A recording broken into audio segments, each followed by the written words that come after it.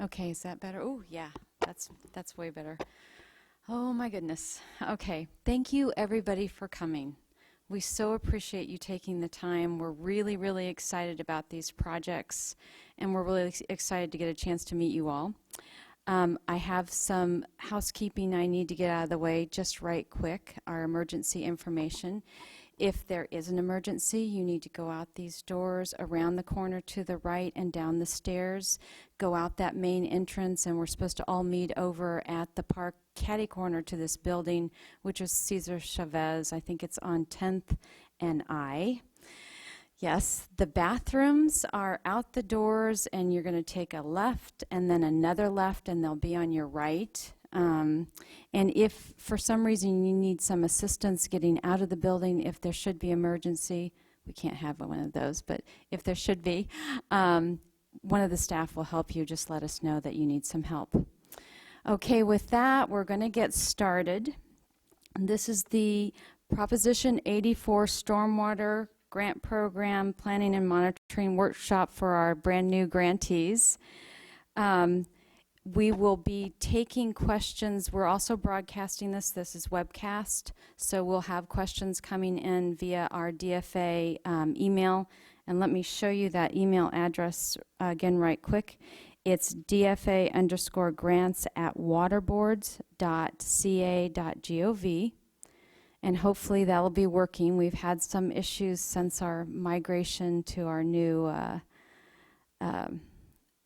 email provider, and we're never really sure anymore who gets our emails or what emails we get. So I'm hoping that's all been taken care of. The purpose of this is to really walk you through this process. This is not a be-all, end-all. There's way too much material, as any of you who have been grantees before are probably aware. But we just wanted to give you a flavor for the kind of how the process works, starting with the grant agreement. Then we're going to talk about invoicing, deliverables. We're going to give you a little presentation on fraud prevention, because you as grantees are responsible for that. And then we'll just wrap things up, and we'll be available afterwards to answer your questions. I wanted to take a moment to introduce our staff, because you'll be working with them a lot in the future. I'm just going to introduce the staff that's here so you have a name to go with the face. I'm going to start out with Wendy's unit. They will be working on actually preparing the grant agreements, and they do the invoice review. And this is Wendy Westerman here. This is Barbara Walton here. She's a program analyst. We have Melissa Miller. Yeah, she's raising her hand there. We have Michelle Stebbins. And we have Carolyn Saputo. Okay, I knew I would need this list. I'm horrible with names on the fly. Sorry, you guys. This will probably not be the first thing I'll butcher.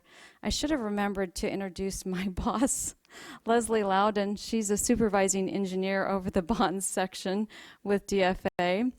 And then I'm going to introduce my unit. They will be your grant managers in addition, and we have a few other people we've pulled in to help us out with this. So Jeffrey Albrecht, Kelly List, Daniel Siebel, Sarah Gatsky, and Brandon Davison was greeting you guys out at the desk, and he will be joining us shortly. We have a brand new staff member here today, Benjamin Gooding. Raise your hand. He's our assistant. Hi, Benjamin. And then in addition, we have Patricia Leary is here somewhere. There she is.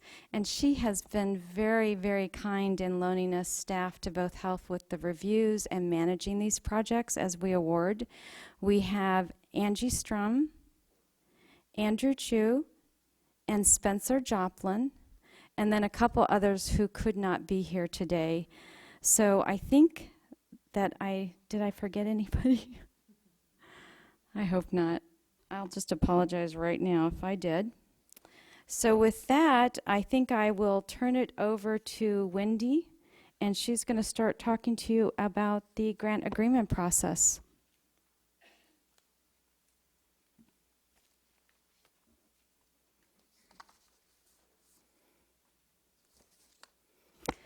Okay, welcome to our newest grant recipients. We're excited to work with you all.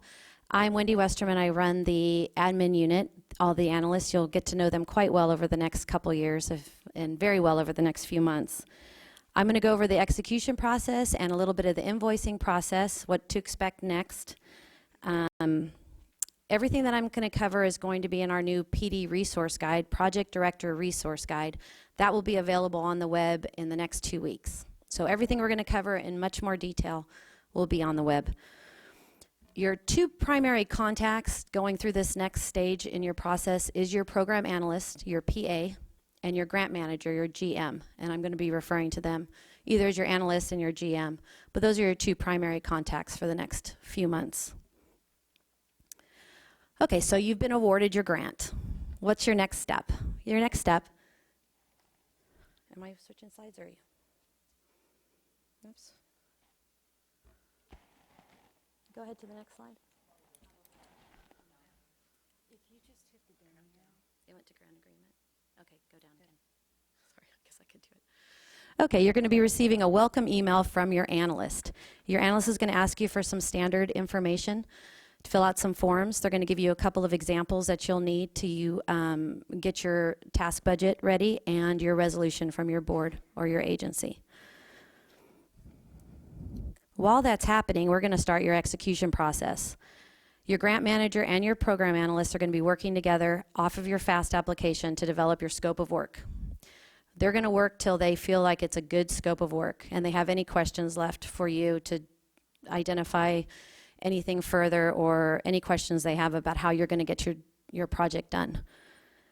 Once they feel really good about that, they're going to send you a draft agreement for you to review, answer any questions. They're going to ask you for a more detailed task budget. They're going to ask you on your delivery table, your deliverable table, and I'll get into that later, the dates that you expect to get some of this work done.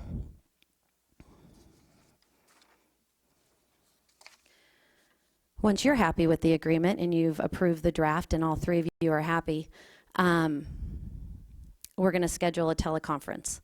3 parties will be in that teleconference, the project director, your grant analyst, and your grant manager. We're going to go over any last minute questions. We're going to make sure everybody's happy with the dates, the start date. There's no questions on our standard language. And then right after that, we're going to finalize your agreement. After we finalize your agreement, we're going to send it through our process for signature. It's going to go up our ladder, and then it's going to go out to you by email. You'll get a PDF of your grant agreement. At that point, you'll sign it, have it signed, and send us 4 copies. And then we'll execute it when we receive your copies, and then we'll send you your grant agreement's good and ready to go, and you can start working on your project. Any questions about that? Yes?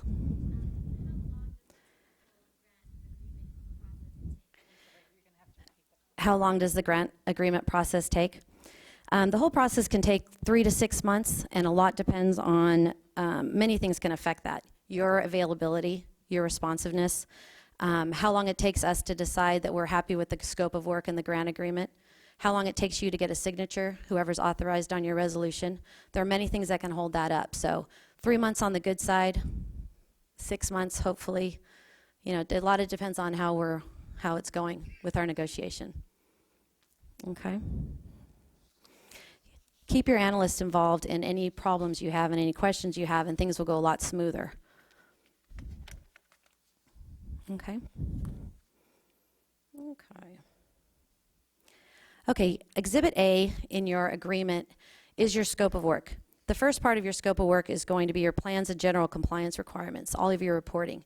You've got your PEEP, which is your project assessment and evaluation plan, your monitoring plans, your QAP, quality assurance project plan. That's all going to be covered later on in this presentation, but that's your general. You're still required to have those, even though it's not in the section that says project-specific requirements.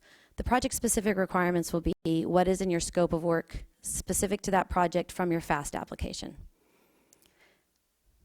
And the FAST application scope of work, it may look a little different. We're going to format it. We're going to clean it up. We're going to make sure it's legally correct. It may look different, but the intent of that scope of work has to be what was in your FAST application. Okay? Any questions on that?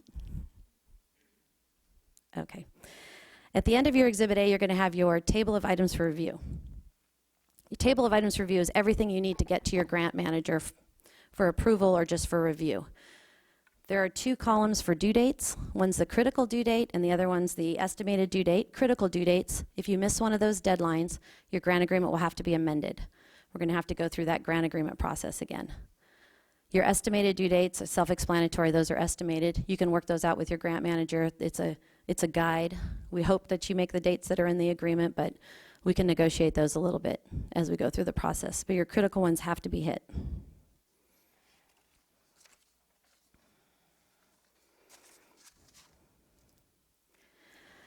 Okay, we're going to talk a little bit about the budget, but Jeff Albrecht's going to start that. Thank you, Wendy. Yes, my name is Jeff Albrecht. I'm an engineer in Laura McLean's unit. I'm going to talk about the budget. I'm here to let you know that the budget that you all submitted with the applications are all wrong. Not really, but we do need to revisit them. What we, I guess, discovered after the fact is that the budget that you all completed as part of the application is not fully consistent with the bond law. So we wanted to make it, I guess, consistent with the bond law, take out some of the ineligible items, make it relevant for invoicing and tracking. So the one that's actually in the adopted guidelines in Appendix I is not accurate. So that is what we're revisiting. So one of the first tasks we're going to ask you to do is to revisit your budget using our revised budget template. If any of you all were involved in the implementation application process, then you would have seen that revised template already. So some of you may have already been through this process and kind of be familiar with what we're going to be asking. One of the primary aspects of us asking you to do this task is, I guess, first is to make it consistent with the program and the bond law. The second is also to attempt to validate some of your expenses. We want to make sure that we're all on the same page as far as where you anticipate your costs going. Make sure that we're all in agreement that those costs are eligible, that they're allocated proportionally, and that once you start invoicing, that those things will be processed quickly and efficiently.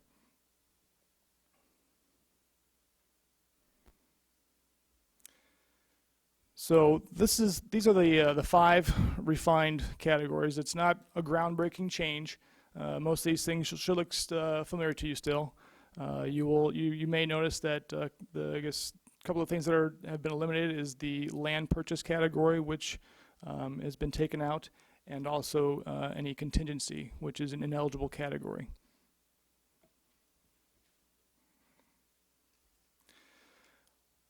So going into a little bit more detail as far as what we expect you to capture in these categories. For your direct project administration, this is where you will be capturing your personnel hours for the summarizing and processing of your invoices, the development of your progress reports, and also your personnel hours for your agency associated with the creation of the final report. Danielle will be talking more about what's involved in the final report later on. Planning, design, engineering, and environmental. Pretty self-explanatory here. This is where, again, you may have some of your, if you're doing in-house work, your personal hours will be captured with the wage hours and hours associated. You will likely have some consultants that you have contracted with. This is where you can capture their consultant fees. Construction and implementation. Now, the bulk of this is a planning and monitoring grant, so there should not be a significant portion of funds associated with this category. I know some projects have proposed to do maybe demonstration projects or a pilot program possibly. You may be constructing monitoring wells. Those are the kind of things we want to see captured in this category. Monitoring and performance. This is where, for planning and monitoring, we should see the bulk of your expenses. as Leslie will be talking further about later on, is our planning, assessment, and evaluation plan, the monitoring plan, the QAPP. Those all have costs associated with them for their development. Of course, you will have your own coordination and planning associated with the possibly organizing your staff to do whatever monitoring they're proposing to do. There'll be possibly equipment purchases, and of course there will likely be some lab analysis associated with sampling or monitoring you're doing, and the data reporting that will be done to some of the state databases such as CEDN. All those kind of things are what we want you to kind of delineate in this category. And education outreach. Again, we have our coordination planning. That's your personnel hours associated with the development of these outreach efforts or education. And then, of course, any planned events you have and the media or materials that you plan to develop. For the implementation program, we did develop an example of this that's already on our website. If you want to go there, you can get a preview of it. But this is a snapshot. It may be hard to view the details on the presentation, but this is just kind of a preview of what your grant manager will be forwarding to you. Actually, we may be packaging that up as part of your welcome email. But this has those 5 categories that on the left column here is where we kind of have some the ability to kind of break out your personal hours. On the right side, you can do more lump sum, maybe reference consultant contracts. But again, so this is here for us to kind of review, make sure we're all in agreement as far as how you're anticipating spending your costs, put us all on the same page, and again, to try to validate what you're proposing.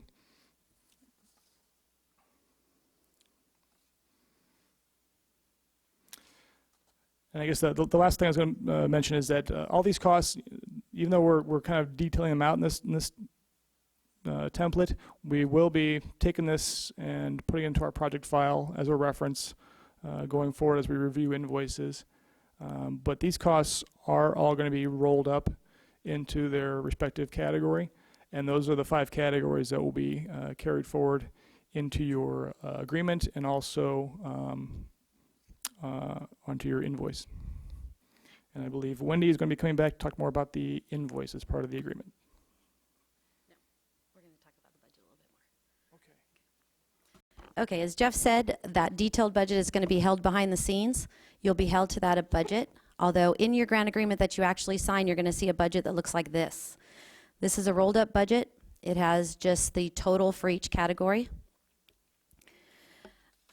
Any changes to the budget that he is talking about, though, the detailed budget, will have to be approved by your grant manager, even though you won't see it necessarily affected in your grant agreement.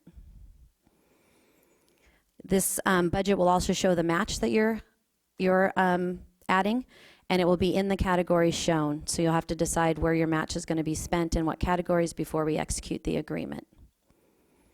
Okay, so you're plugging along in your project and you decide that your budget is a little askew or it needs to be amended a little bit. If you're going to amend, the budget modification is a change that does not need an amendment. And those things are the budget we were just talking about with Jeff, the detailed budget, any changes to those your grant manager can approve. Anything under 15% of a total shift, like let's say we're moving direct project administrative costs, some of those costs into planning and design, in the actual agreement, if it's over a 15% shift, we're going to need to amend your agreement. And anything that moves in match can also be approved by your grant manager. It does not need an amendment. So we have 2 ways to change your budget. There's the 3 things that your grant manager can approve, which are under the 15%, the detailed task budget, and the match categories. Anything over 15% will have to be amended. Your grant agreement will have to be amended. So keep that in mind as you're going along. Ask your grant manager. Your program analyst is excellent at this. They'll know exactly what to tell you.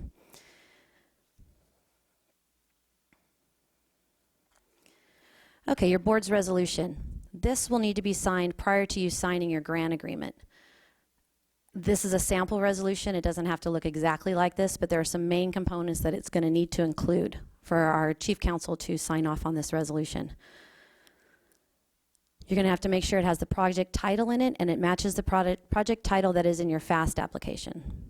You're going to have to give your organization authority to enter into the agreement with the State Water Board. And you're going to have to give signature authority to sign that agreement. Your agency or your board's going to have to give somebody authority to sign that agreement. We're not going to put a person's name in there. We're going to put their title, because if somebody switches, we just want that title to sign, whoever that is. Be careful not to, you can put a dollar amount in there if your board or agency would like to put a dollar amount, but it has to be exactly what we're going to be giving you. So if it comes in with a dollar amount that's a little off, we're going to have to ask you to redo it. So be careful with putting a dollar amount in there.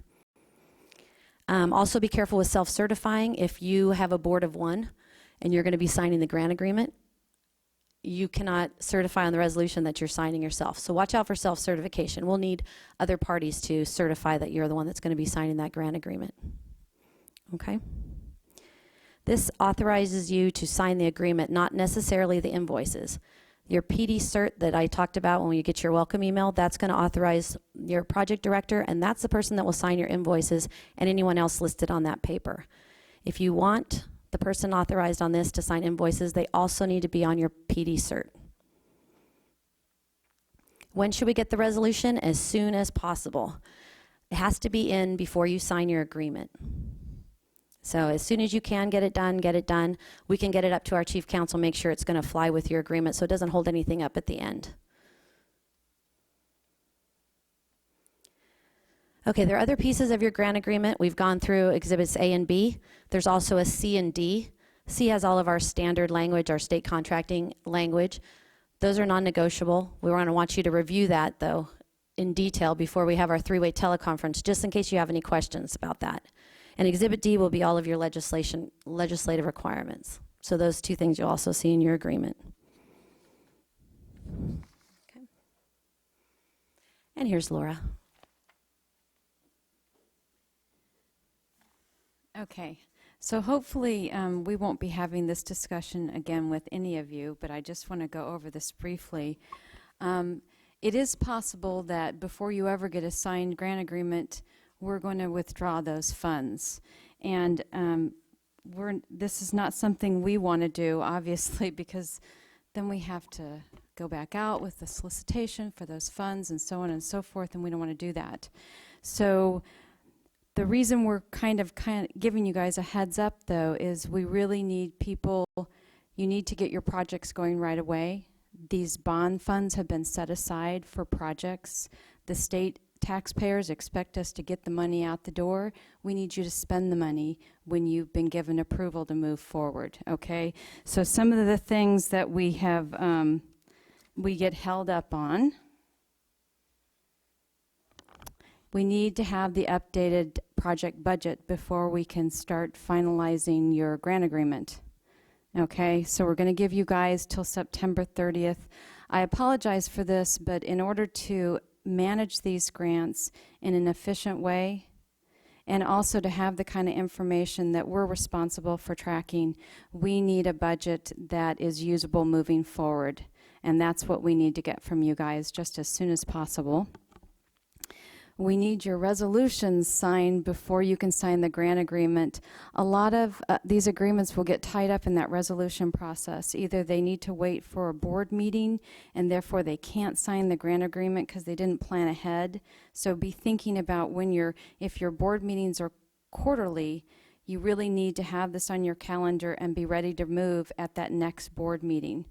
We need you to make sure that you have the right things in that resolution so you don't have to get another resolution, go back to another board meeting. So those are a couple of problems that we've had in the past we're hoping to avoid in the future.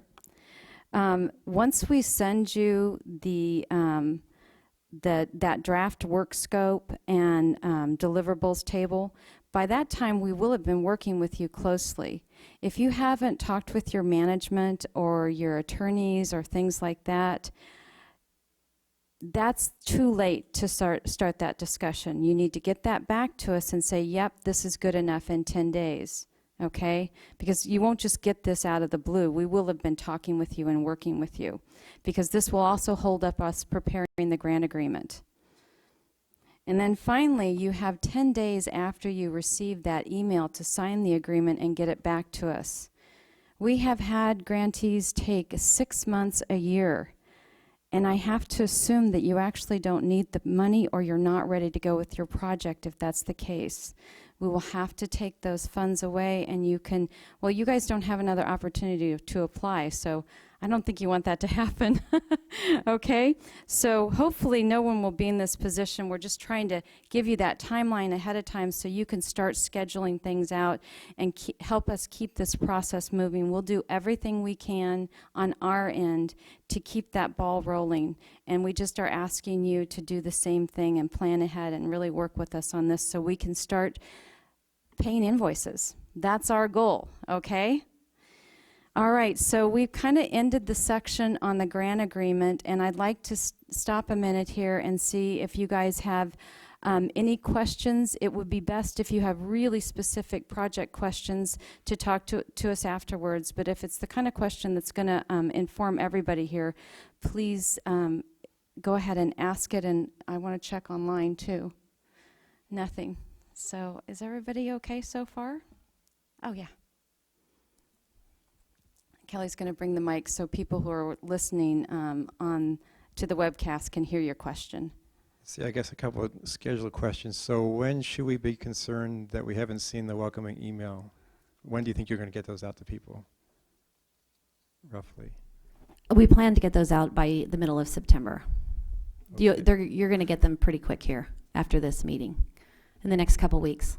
And then the project director's manual, I think you called it. Yeah, when it's on the web right now. We've just Okay. been revamping it, and we've made it a lot better, and we're just not ready to put it on there yet, but we will within the next 2 weeks. But if you have any questions, we're always available. Okay. One of my board meets on the 12th, 2 weeks from today. So it would be timely to try and get stuff to them. Otherwise, I have to wait. But anyway, okay. And then some of these forms and things, I guess they're in the project. You won't have director's- your grant agreement for your board in 2 weeks, though. You'll just have your I'm welcome thinking email. about the resolution. Okay. Yeah. The forms, Sorry, your next question, did I miss? the forms will be they'll be online. They're in the project director's guide. So we could have said name this talk. We've got a form for that. So we actually pulled some of the forms out because we just didn't want to bludgeon you guys with our forms. So they'll be in the project director's guide. They'll be online. If you need that sample resolution, for instance, that's something we can provide you right away. Okay, you don't need to wait for that project director's guide to come out. So we're willing to start working with you right now, and that sample resolution is available right now. It is. Yeah, it is. Okay. Leave me your information, and we'll get that to you. Hi, thank you. It's Sherry from Ecology Action. Is it possible to get both the sample resolution and the template budget in an email before the welcome that comes out in 2 weeks, since those are the most two urgent pieces of information that you'll need? Absolutely. That would be really helpful, because then we wouldn't have 2 weeks to get it together by the 30th if we have other commitments. Thank Yeah, you. we have the budget template. And the budget template's online, but we will send it out to you guys in a separate email so you won't have to search for it, okay? It's the least we could do. It probably won't take us 2 weeks to get that welcome email out either. We're going to start doing it next week, so. Okay, any other questions?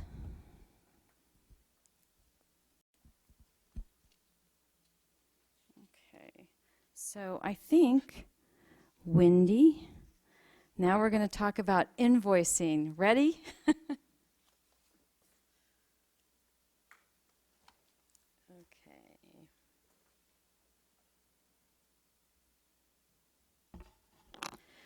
Okay, your invoices, they will need to be submitted quarterly with your quarterly report to your grant manager. Once that happens, this is kind of the flow of how it's going to go. You're going to get it to your grant manager. If you have a complete package, it has all the backup documentation, signatures are correct, everything's adding up, all of your receipts and everything is wonderful. You have your labor certification form that Laura's going to go over later. Then from your grant manager, it'll go to your program analyst to process, and then it'll hit our fiscal unit for a sign-off. Bond funds are done a little differently now, so we need an extra sign-off on our bond funding availability. Then it'll go to our accounting office and to the state controller's office. So there's many steps in this. This whole process should only take 45 days from the date we get a correct, complete, all of the stuff we need invoice. If we don't get that, we do what's called an invoice dispute. You might get an email, you might get an official form. That'll stop the clock. Until those issues are fixed, the timeline won't start again. From the time that it's all fixed and we have the complete package, again, it will take about 45 days from that time. Okay? Any questions on that? Should be a pretty easy process if everything's done correctly up front. Okay, we're going to hold, and your final invoice, we're going to hold your last 10% of your grant funds until we get the following: the NRPI, Natural Resource Project Inventory Survey Form, completed online, your final project summary. This may not apply to you or to most the planning grants, but the final project visit and certification, and your final report has to be approved by your grant manager, and then we'll release your final 10%. So it won't be held on every invoice. We're not going to hold it until the end. Okay. And like Laura said, this is something that probably will never happen, but if it does, we have a process called breach of agreement. If your invoicing gets behind, you're not on task, your deliverables aren't submitted, we do have a process that will start called a breach of agreement. And we'll work it out with you as best we can to get you back into compliance to continue on with your agreement. But we do have this, and your grant can be terminated. And one of the reasons is being behind in invoices over 2 quarters. So let's keeping your invoicing up to date is a necessity. Okay? Laura's going to go over in more detail. Oh, I was going to talk about the template. When we execute your agreement, you're going to get a PDF of your executed agreement. You'll also get a hard copy in the mail, and you're going to get an invoice template. In this invoice template, your analyst will have filled out your grant allotments, your budget, and the categories. This is the form you need to use to submit your invoices. This needs to be your cover page. If there's any changes to your budget, we'll make the changes. The only thing that you'll be adding to this is your current expenditures that will be rolled up from all of your backup documentation. So you will receive this as soon as your grant is executed. And that's how you'll submit your invoices every quarter. Okay, now we're going to talk about how to support your costs. We have a question, Kel. Jeff.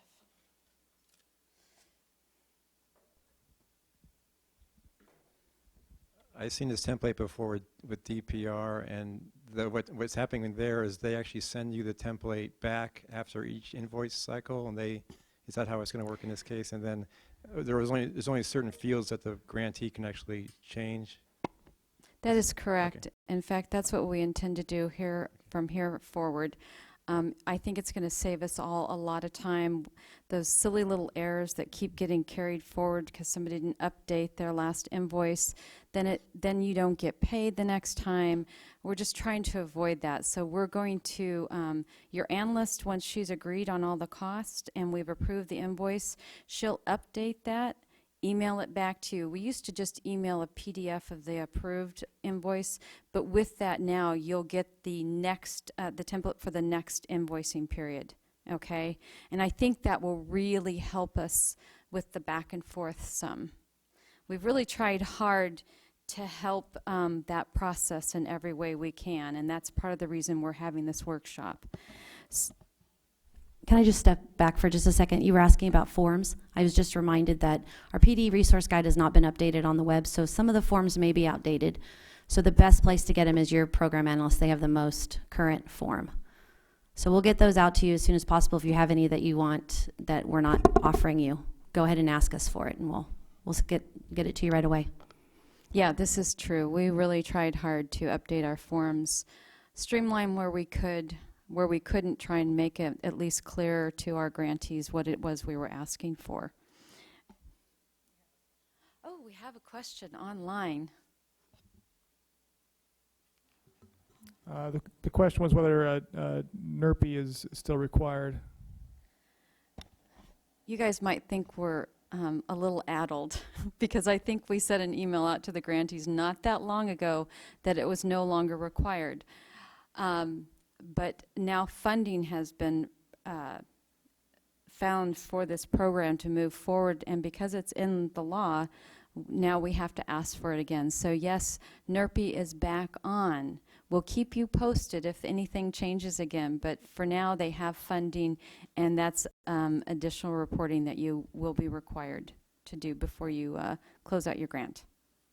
Okay? Okay, good. All right, supporting documentation. Sometimes this is much more important to us than it is to our grantees, and that's why we're going to spend a little time here, because it should be really important to you. It's part of your auditable file, and it's what we use to verify cost and do our job looking out for the taxpayers' money. So it's very important what you send in to justify the cost in that invoice for repayment, okay? So here are just some of the basic documentation, supporting documents that you'll be sending to us. Your contractor and consultant invoices, your labor certifications for your time as the grantee. We have a form for that. And then materials receipts. And to help both you and us check for errors, make sure we have everything, make sure the cost that you're asking for reimbursement matches the invoices you send in, because incredibly, this is the most common error. There are 5 invoices that weren't included. You have the total on the invoices doesn't match the total of what you're requesting. Lots of little math errors that we both spend a lot of administrative time on. That we're hoping to avoid by our new form. It's not new. Okay. Oh, sorry, I'm moving ahead and you guys don't have the slides with me. They have to yell at me every once in a while. I'll just zoom right along. Okay, so there's your supporting documentation, the format in which we'd like that supporting documentation submitted, and those 2 primary things are that invoice submittal summary sheet and the labor certification. Okay, and here's the best we could do with one of those little forms to kind of give you an idea. We're already using this in our IRWM program, and it's been very, very helpful. But now we're going to give it to you in a format. This is basically an Excel spreadsheet. So hopefully, if you enter your invoices right and you can do that last check before you send it, it's going to total those amounts for you, okay? So if you'll notice, we have the invoice total. So this is just, we're going to ask you to number these, because when we're calling you up and we have a question about a particular invoice, if you have a stack this big, this is just a quick way for us to go through it and go, okay, here's items 1 through 30 submitted to us, and we're talking to you today about item 28. And we can both go through that stack, get to that particular invoice. We can check and make sure that that's the one you meant to send in. Here's the invoice number. Here's the date. Here's who it's from. We have the total invoice amount. How much of that invoice are you asking us to reimburse? Is there a portion of it that you would like to go to match? And then if there's something quirky or something that's not apparent that you need to explain, we've added this comments section, which has really, really been helpful. And I'll try and take you through a couple examples of where that's helpful. So we've got, these are the same categories that will be in your budget, okay? So it's already apportioning those costs for you, so you're going to have a running total also of your different categories you're billing to. So under direct project administration, and I'm not sure that got cut off somehow in trying to show this, but that's what that is. We're going to have your labor certification will be there. A lot of times you're going to have a portion of that you're asking for a reimbursement, and a portion you're asking to go towards match. Some of your supplies related to the project will be called out there, copies, postage, so on. Under your planning and design, you might have your consultants' fees, And sometimes they might be working, for instance, on 4 projects for you, and instead of sending a separate invoice, they'll send you an invoice that includes those 4 projects, and that's where you're going to need to give us some explanation so it's clear. Oh, okay. And we have grantees just write on that invoice. 25% of this consultant's cost goes to your grant if they're working on the project and it's a single project invoice, or we're only pulling out the cost with this code in it, and that's your project. And tell us what that code is or highlight it, okay? Because we don't want to spend, and you don't want us to spend time trying to figure out what cost you're asking us to reimburse on the invoice. Do you understand what I'm talking about there? I think this will save you a lot of time, and this will also save a lot of the back and forth that we have to do. You might also get an invoice from your consultant, and it includes markup, which you are more than welcome to pay, but we cannot. So that would be one of those costs you will have pulled out, and you'll let us know, yeah, I saw that. It's not included in our reimbursement request. Okay, and handwrite there on the invoice or highlight so we understand, yep, we pulled that cost out. Okay, here's construction and implementation. This comment section, so let's say some of your contractors and subcontractors are going to get that invoice to you on the first of the next month. They're really good about it, and some of them are not. Maybe they're stuck out in the field, they didn't get the invoice done, it didn't go in with the package, but the work is related to the previous invoice period. We need an explanation of that, because generally we don't want to pay invoices out of the period. It's kind of a bookkeeping issue for anybody who's done this kind of reimbursement work, okay? So you're going to put a comment in there, and then especially if you're very far out of the billing period, you need to, my grant managers and the analysts will be asking you to sign something saying that you've reviewed your previous invoices, checked both match and reimbursement to make sure that you in fact have not submitted that previously. Because sometimes we'll get them out of period and nobody's trying to pull the wool over our eyes. It's just a mistake. They found this invoice, they pretty sure it wasn't paid, but they didn't go back through that time period and check to make sure that it hadn't been included. And you know, 4 years down the road, don't pull up an invoice and send it in without checking. That would be bad, okay? Because I have checked myself, and I love going back there and pulling those binders and then finding out, yes, you did in fact submit previously.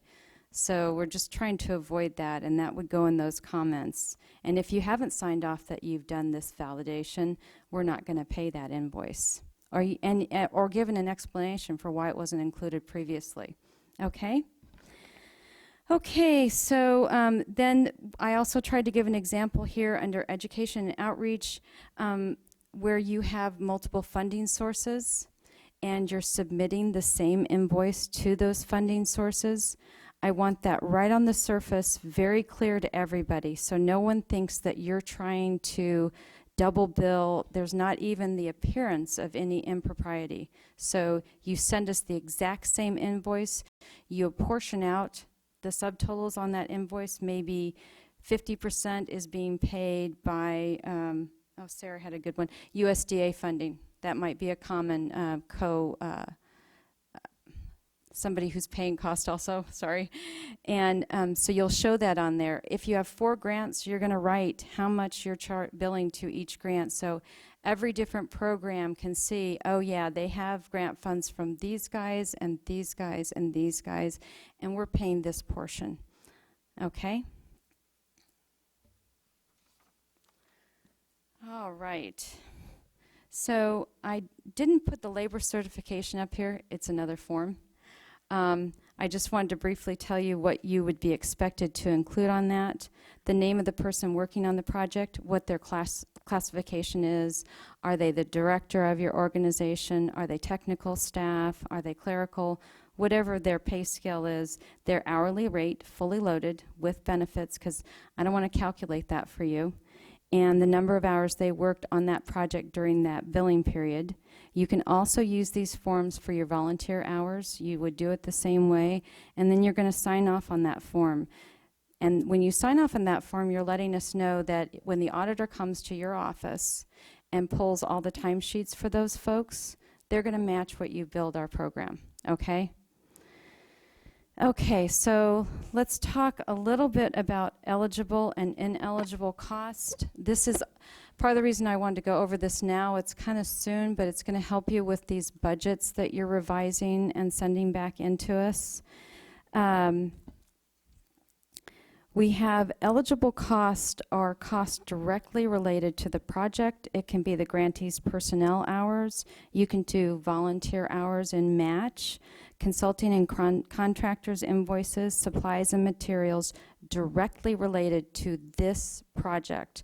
Not your overall program, but this project, okay? And I will just let you know for match, based on our guidelines, and I think I've got this right. You can go back to February 17th, 2009 when the guidelines were adopted, so long as that is directly related to this project, not 5 studies down the line, okay? So I think you'd be getting into some real gray areas if you go too far back. And then for reimbursement, that starts when you have a signed agreement with us. Okay, which is extra incentive, I think, to get that agreement signed as quickly as possible so you can start getting reimbursement for your cost. Okay, ineligible cost. It's a longer list. In this area, I would say, when in doubt, leave it out. We won't have a lot of time to go back and forth with you on whether a cost is eligible. You don't have a lot of time for that either.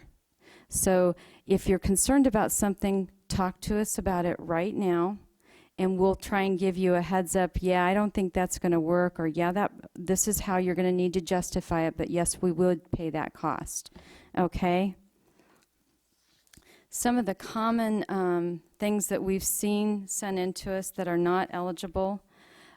Markup, your consultants, sometimes they're marking up their personnel hours. They have like a 3% communication fee. Sometimes they're marking up all their outside vendors. This is common, and it is an accepted business practice, and we would expect you to pay it. We just can't pay it, okay? So we won't be paying any markup on your consultants' subcontractors. We won't be paying any markup on their personnel hours. So if they give you an hourly rate, as far as I'm concerned, a 3% communication charge is just another way of raising their hourly rate and not stating it on their invoice. So this is something to know when you're contracting. Let them know that they need to call it out clearly, and they need to have that agreement with you, and everybody understands the state won't pay for that. So long as you're okay paying for that, that's great. We're not objecting to it being there. We just won't pay it. Okay? Question?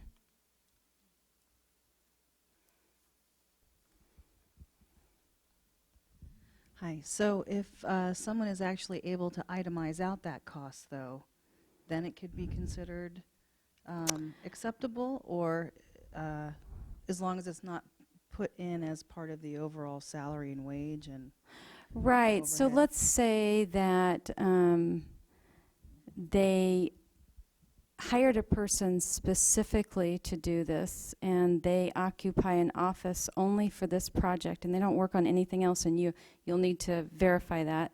Then you would say, this is our building monthly rent. This is the percentage of that building monthly rent for this little office, and you can apportion out like that, but you're going to provide us all the documentation, and we're going to have to agree upon that ahead of time. Is that legitimate? Are we comfortable with those costs? Okay, but yes, then it's a direct cost directly related to this project, not a random percentage added on top, because if you look at a lot of these invoices, you'll see the layers of markup, and they can end up being a substantial amount of the grant. And I just don't think that anybody intended for us to be paying out funds for that. So, Laura, Jeff? if we pay the markup or surcharge, as you say, it's pretty common for consultants to do that. Is what we pay eligible for a match? Well, this has been an evolving process, and I apologize because it has changed over time. We've had to define it and define it and define it. So now we're kind of at the end of the line. And our guidelines say that if it matches otherwise eligible costs, so if it's not eligible for reimbursement, it is not eligible for match. And I think this is probably different than some of your grants in the past. So I did want to make sure that was in my notes to clarify. If it's eligible for reimbursement, it's eligible for match. Otherwise, it's not eligible. Okay? So I'm not going to go through all of these. You have them. There are others. Per diem, tuition fees, audit cost. Boy, I don't want to see that. Land purchases are specifically prohibited by Prop 84. I don't think that's going to be an issue with these grants, but that will probably come up or could come up on our implementation.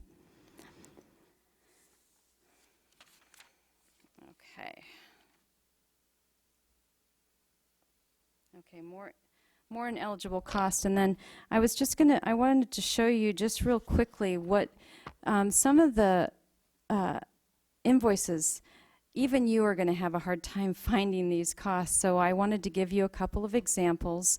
This is one that I had to dig out from a recent audit. This was, gosh, probably 3 or 4 years after those invoices were submitted. The grant manager is no longer here. His manager is no longer here. The grantee's project manager is no longer there. So we were stuck. The auditor asked me about this per diem cost. It was on a lot of the invoices. We have to pay the state rates. That's $84 a night for a hotel. You know how much we get for breakfast, lunch, and dinner. You know what we pay for mileage. Those costs have to be broken out. You can't do a per diem rate. So this grantee, all these years later, is going to have to pay that money back. So the auditor's going through each of their invoices and finding this per diem, and out it goes, okay? So you see that yellow line? It was $1,700, I think. I want to say that's a month. And it may have been that if they had provided us with the backup documentation, we would have paid all of it. It's the way it's been invoiced that's the problem here, okay? Another one is the fee. This is, you can see the running total of that 7%. It's at $34,000 now, and this is just a charge on not only outside fees, but their own staff's expenses. They added a 7% charge on their own staff's expenses, which I'm really, as someone who used to work in consulting, I'd be really ticked off if my boss was making money off of my expenses. So we don't pay that. And this all comes back to the auditable file. You know, I had to sit there and explain to an auditor every change in a grant agreement that had been made, any missing equipment that had been called out in the agreement, anything that appeared to change in the intent, and I'd never managed the grant, didn't know anything about it. That's why that paper trail and the supporting documentation